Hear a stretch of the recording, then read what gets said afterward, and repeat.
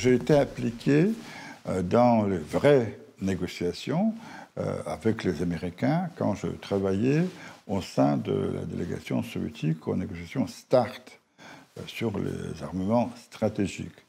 Et là, c'était les négociations pour l'époque les plus importantes, les plus délicats aussi, quand deux grands pays, pour la première fois, négociaient non pas la limitation, mais la réduction des armements stratégiques qui garantissaient leur existence.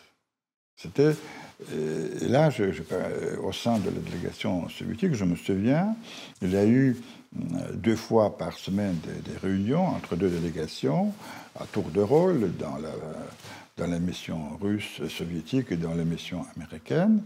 Et avant chaque round de négociations, il y a eu des réunions de négociation très longues où on débattait toutes les questions, toutes les nuances possibles, jusqu'où on pourrait aller.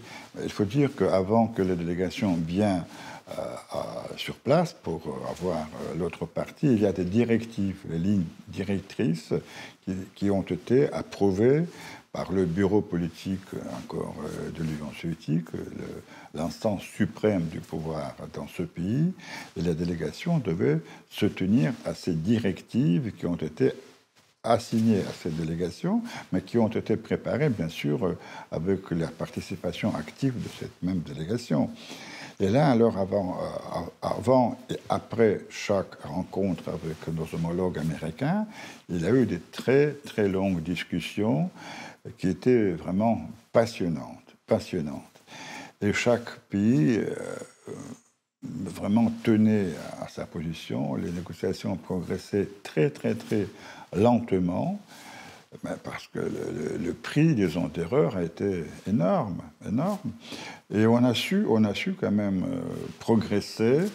Finalement, ces négociations ont conduit à l'accord sur le missile intermédiaire, puis sur la réduction des armements stratégiques. Cet accord a été signé déjà sous Yeltsin plusieurs années après, mais c'était un très très long processus où les deux parties essayaient de trouver des compromis sans porter préjudice à leur sécurité.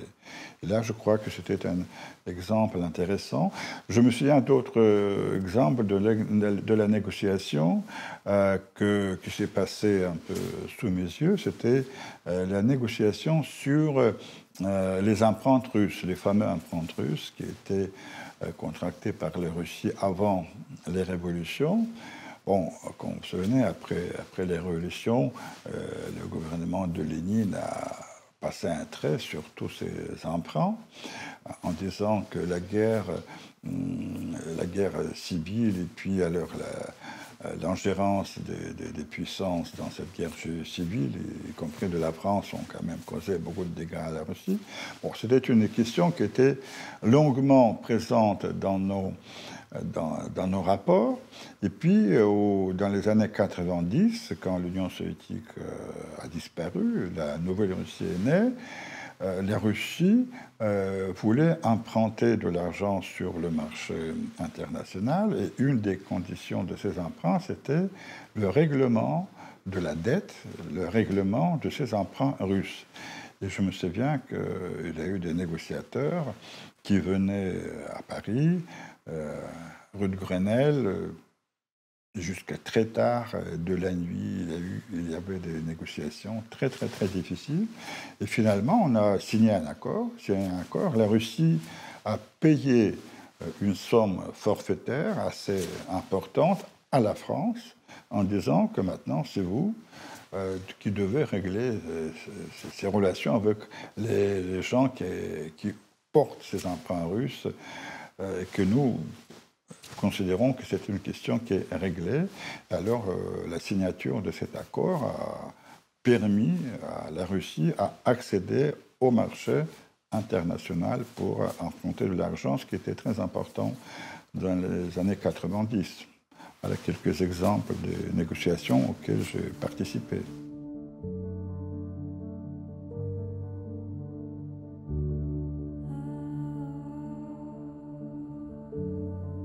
conseil, c'est d'abord bien défendre les intérêts de son propre pays, mais en même temps avoir une ouverture d'esprit, se placer à la place de l'autre pour comprendre jusqu'où il peut aller dans cette négociation. Et encore une fois, il faut se fixer un objectif d'arriver à un résultat concret. Si on n'a pas ça, on peut parler des heures et des heures, des jours et des jours, sans parvenir à des accords. Hélas, je connais d'autres exemples qui sont des exemples plutôt malheureux, des négociations avec la France qui n'ont toujours pas abouti, puisqu'à mon avis, les deux parties n'ont pas un objectif commun en tête, ce qui ne permet pas d'arriver à un résultat positif. On est en présence de plusieurs mondes. Il y a plusieurs mondes. Il y a le monde européen, le monde asiatique, le monde africain, américain et les autres.